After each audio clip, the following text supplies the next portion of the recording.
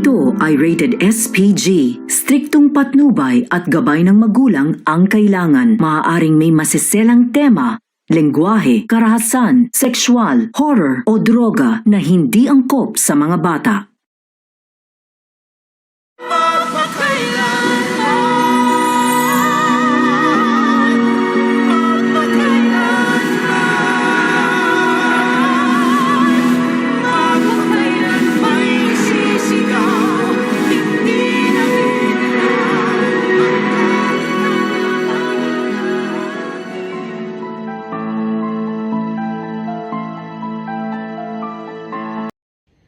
Sa mundong ating ginagalawan, bawat tao ay may kanya-kanyang kwento.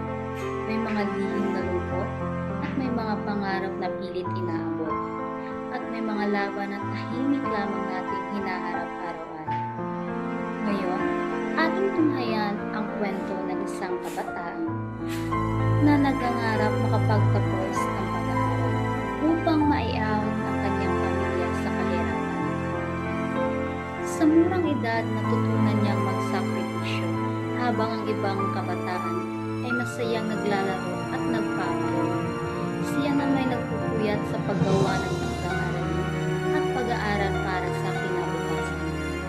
Pero sabi na nila, ang tunay na matapang ay hindi yung taong walang takot, kundi ang taong patuloy na lumalaban kahit nasasaktan at nahihirapan. Sa bawat pagdapa, natuto siyang bumangon. Sa bawat kabiguan, lalo siyang naging matatag.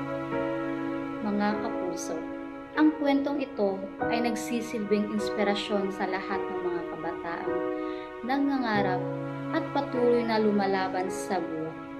Dahil balang araw, ang lahat ng hirap at sakripisyo ay nagkakaroon din ng magandang bunga. Ako po si Mel Tiangco, at ito ang Magpakailanman.